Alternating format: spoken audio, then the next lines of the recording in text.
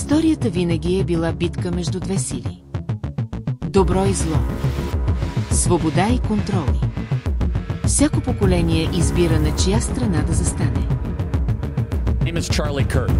I run the largest pro-American student organization in the country, Turning Point USA, fighting for the future. Чарли Кърк се ражда на 14 октомври 1993 година в Арлингтън Хайтс, предградие на Чикаго, щата Илинойс. Израства в средностатистическо американско семейство, баща му работи в архитектурен бизнес, а майка му е учителка. Като дете Чарли е бил слаб ученик. Често е подценяван от съученици и дори от учители, но именно това го потиква да се научи да се бори не със сила, а с думи. Още в гимназията започва да се интересува от политика. Пише статии в ученическия вестник, в които остро критикува либералните позиции на своите преподаватели. След гимназията е приет в колеж, но напуска бързо. Чарли твърди, че университетите не създават лидери, а промиват мозъци. От този момент решава да поеме по собствен път. През 2012 година, само на 18 години, основава организацията Turning Point. С ясна цел да защитава капитализма, свободния пазар и консервативните ценности. Само за няколко години това малко движение се превръща в една от най-големите студентски консервативни организации в Америка. Кърк обикаля университети в цялата страна, изнася речи и организира кампании. Младежите го следват като идол, медиите го нападат като опасен пропагандатор. А политиците от Републиканската партия го приемат в редиците си като новото лице на младата десница. По време на президентската кампания през 2016 година, Тръмп открива в Чарли млад, харизматичен и безкомпромисен защитник на неговите идеи. Двамата изграждат силна връзка.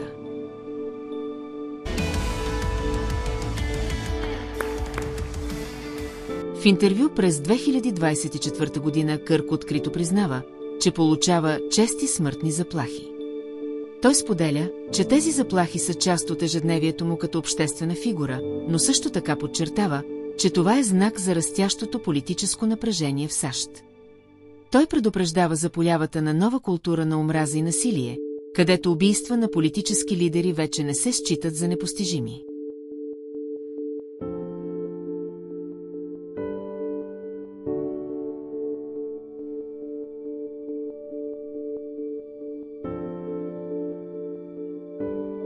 Чарли Кърк пристига, за да бъде част от турнето, което с нетърпение очаква. Залата е пълна студенти, журналисти, поддръжници и опоненти. Едни са дошли да чуят посланията му.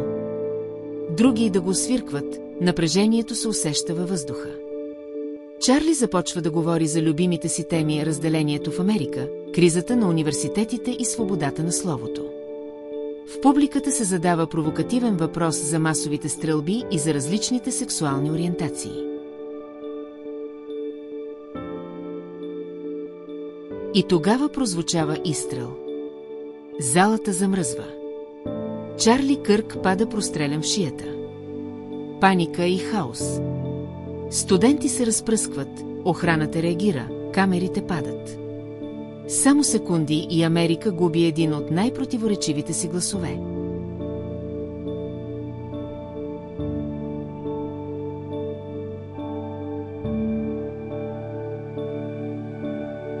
На мястото е открито оръжие, обвито в кърпа. А по гилзите гравирани надписи.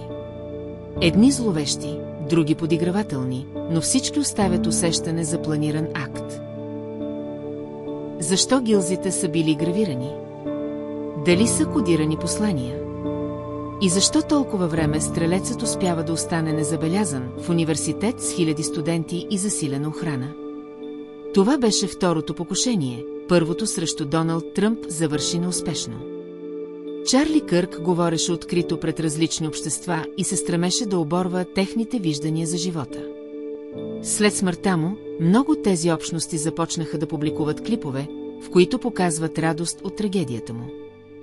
Заподозреният 22-годишният Тайлър Джеймс Робинсън е арестуван 2 дни по-късно. Обвиненията – използване на оръжие при престъпление и възпрепятстване на правосъдието. ФБР твърди, че мотивът е свързан с крайна лява идеология. Истината може би никога няма да бъде казана. Но едно е ясно – 10 септември ще остане денят, в който университетът, място за идеи и дебати, се превърна в сцена на смърт. А последната реч на Чарли Кърк остана недовършена. Благодарим ви, че останахте до края с нас. Надяваме се, че ви хареса. Ще се радваме да се абонирате за канала ни.